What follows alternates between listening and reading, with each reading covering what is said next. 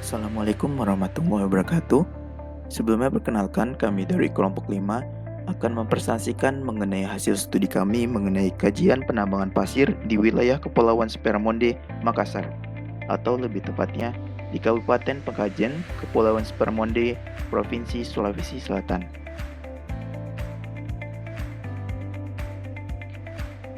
Kelompok 5 beranggotakan yang pertama ada Zidni Alma, yang kedua ada Zamaluddin Mantali, yang ketiga ada saya sendiri Muhammad Firzat, dan yang keempat ada Abdullah.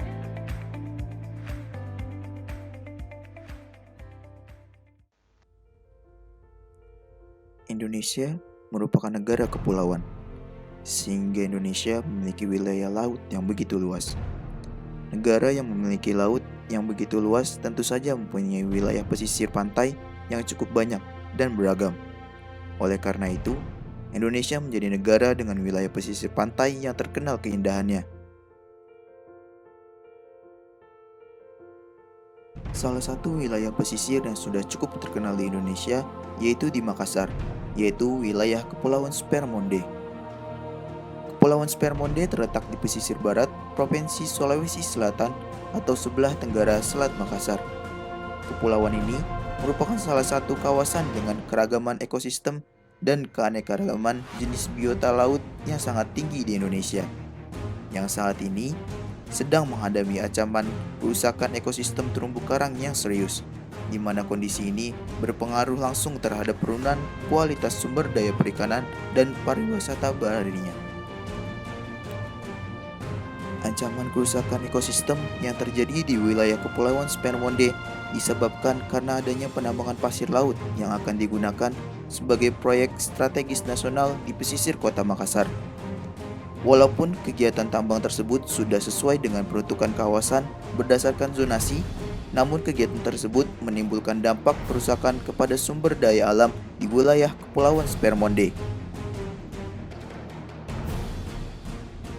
Oleh karena itu, perlu adanya kajian lebih lanjut mengenai kegiatan penambangan yang terjadi di wilayah Kepulauan Spermonde, terutama mengenai dampak ekosistem yang terjadi saat ini, pengaruh terhadap kegiatan masyarakat Spermonde, dan memberikan arahan terkait peraturan antara ekosistem dan kegiatan penambangan yang terjadi di wilayah Kepulauan Spermonde.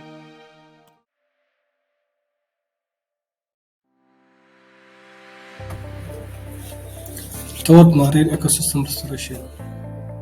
So, as anthropocentric activities has grown, it has gradually become understood that the marine ecosystem is finite resource that can be damaged and degraded.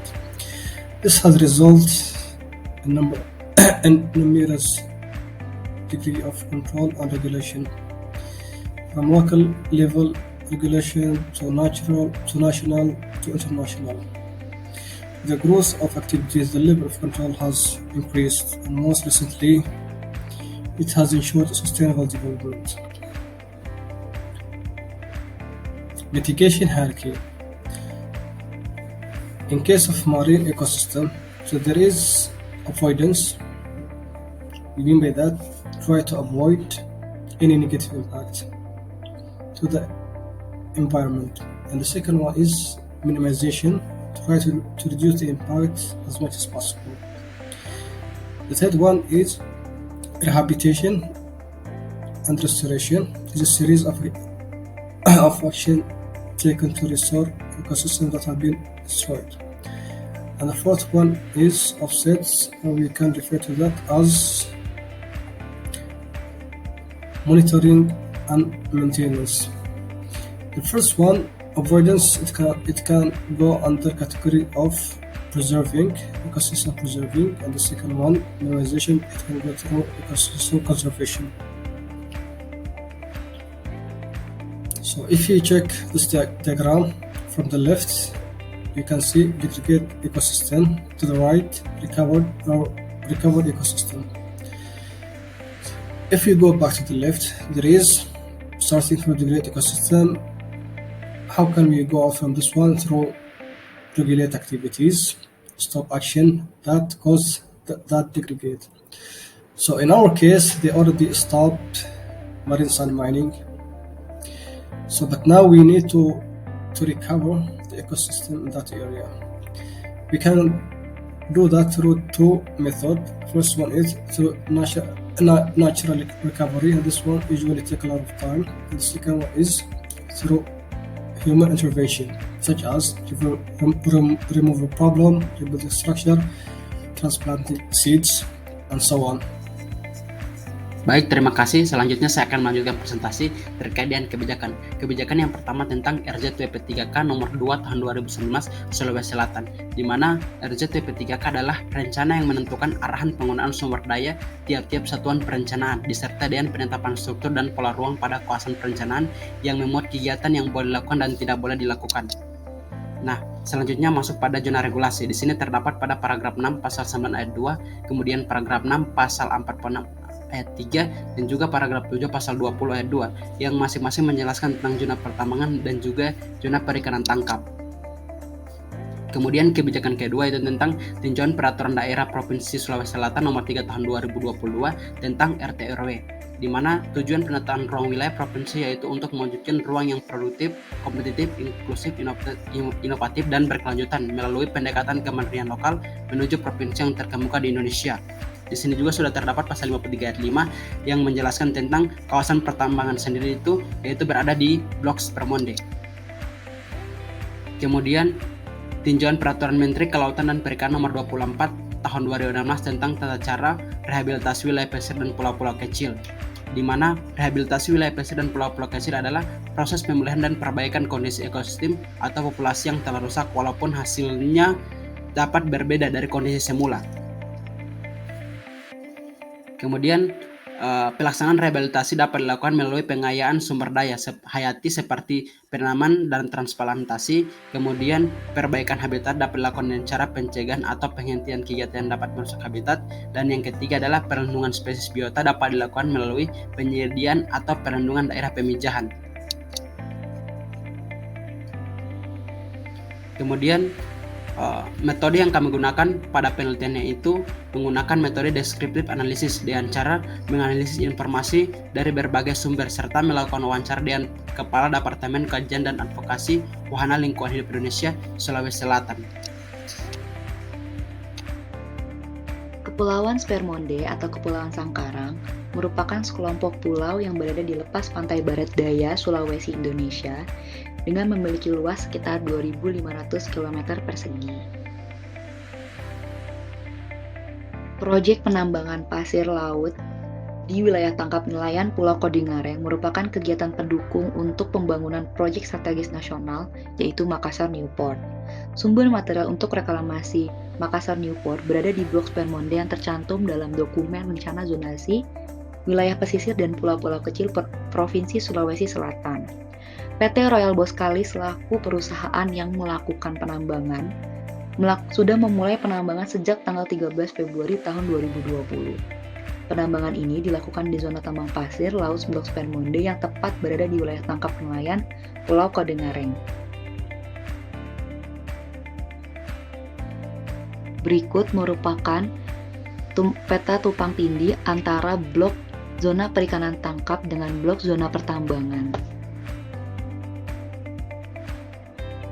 Saat ini, pemerintah Provinsi Sulawesi Selatan sudah melakukan revisi dokumen rencana tata ruang wilayah Provinsi Sulawesi Selatan yang dimana mereka telah mencabut izin dari usaha penambangan pasir, namun untuk zona pertambangan masih terdapat di dalam rencana tata ruang wilayah. Berikut daftar perusahaan yang IUP-nya masih tercantum di dalam web Minerba. Berikut merupakan kondisi terkini pada proyek strategis nasional Makassar Newport. Untuk titik 1A merupakan proyek yang sudah selesai di tahun 2018 dan 1B dan serta 1C merupakan proyek yang pasirnya diambil dari Pulau Spermonde. Kegiatan penambangan pasir laut ini sangat berdampak pada kehidupan para nelayan di Pulau Kodingareng, Kepulauan Spermonde, yang dimana mereka sehari-hari bisa mendapatkan ikan sebanyak 7.000 ton dan penghasilan sehariannya antara 200.000 hingga 2 juta.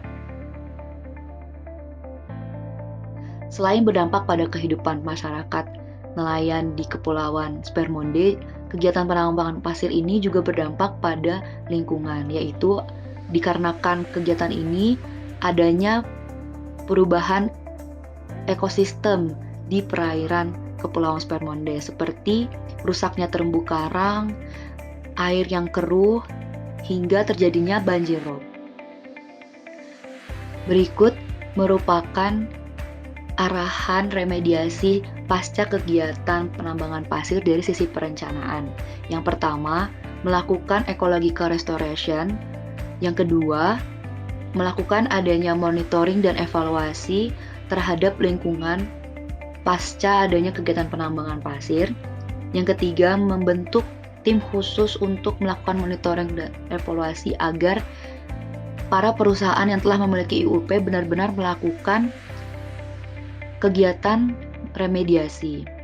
Yang keempat, untuk pemulihan ekonomi masyarakat yang terdampak di Spermonde dapat dilakukan adanya pelatihan UKM kepada para wanita di Kepulauan Kodingareng, dan nantinya program ini dapat berkolaborasi dengan Dinas Perindustrian dan Dinas Pemberdayaan Wanita. Yang kelima, yaitu mengadakan adanya konsultasi publik atau audiensi yang dimana merupakan pendekatan bottom up dari pemerintah Provinsi Sulawesi Selatan kepada masyarakat Pulau Spermonde untuk mendengar masukan-masukan dan keluhan yang dirasakan setelah adanya kegiatan penambangan pasir ini. Yang keenam, adanya pelatihan mengenai manajemen keuangan agar nantinya di masa depan para penduduk sudah memiliki tabungan. Kesimpulan dari penelitian ini adalah setelah 2 tahun pasca penambangan pasir laut di wilayah Kepulauan Spermonde, dampaknya masih terasa oleh para nelayan dan masyarakat sekitar, yang dimana para nelayan dan para wanita di Kepulauan Kodingareng ini masih merasakan dampaknya. Namun di sisi lain, kebutuhan untuk adanya pasir laut demi proyek strategis nasional Makassar Newport untuk dilanjutkan masih dibutuhkan di masa depan. Maka dari itu, diperlukan adanya perhatian khusus dari pemerintah pusat kepada proyek strategis nasional ini agar nantinya tidak terus-menerus merusak lingkungan dan memberi dampak kepada masyarakat di Kepulauan Spermonde.